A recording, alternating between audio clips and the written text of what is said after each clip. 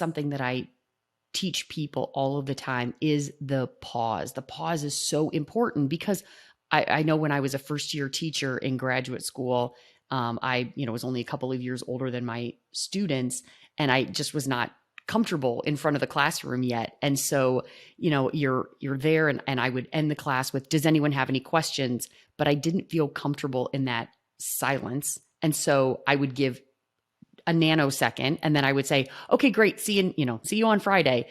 And so sometimes it's just sitting in that pause and letting the person think through,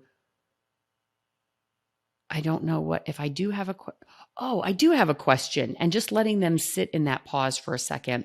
That's really good because sometimes it's not on the tip of our tongue, and there's fear involved. There's just different feelings involved. And so sometimes that stunts our brain from working quickly and saying what it is that we want to say when we want to say it.